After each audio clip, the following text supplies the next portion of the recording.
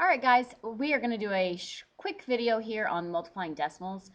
The great thing about multiplying decimals, if you know how to multiply, then this is going to be very easy for you. You just have to add pretty much one little step at the end that you have to do to place your decimal. So I need you to get out a piece of paper and I need you to title it Multiplying Decimals, because I'm going to be looking at your notes. So make sure you have out a piece of paper. And we're going to start off with the rules, okay, or the steps. So the first thing that you want to talk about when we're multiplying decimals is you line up your digits. You do not line up the decimals. So this is not like adding and subtracting. Adding and subtracting, you had to line up those decimal places. Multiplying, you do not. So if you look at this number right here, 5.53 times 1.8, I'm lining up the digits. 5.53 times 1.8. So you notice those decimal places are not together, okay? They don't have to be together for multiplying, okay? All right. You can't estimate your final answer, like kind of what it will be about. You don't have to formally do that, but if you look at this, this is about 5.5 times 2. So you know that's going to be 5 times 2 would be 10, so it's going to be a little bit around 10, somewhere around there, maybe more. Okay, so just kind of know where your answer is going to be around. Then you're just going to multiply like normal. You're going to forget about that decimal place. So I'm going to come over here and multiply like normal. So 8 times 3 is 24. Carry my 2. That's 40 plus 2 is 42. Carry my 4. That's 40 plus 4 is 44. I'm going to start the second row with a 0.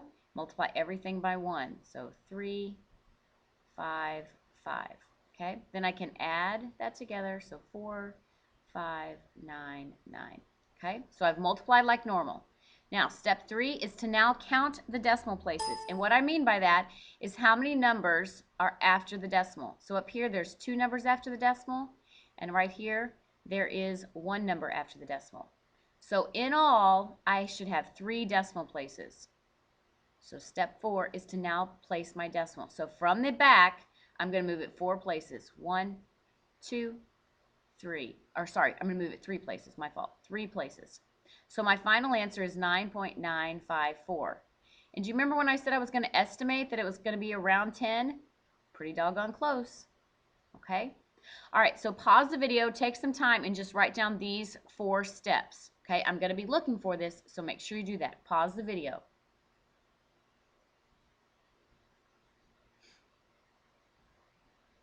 All right, so you don't need to write this down, but I want you to just look at this. Okay? Just look at it.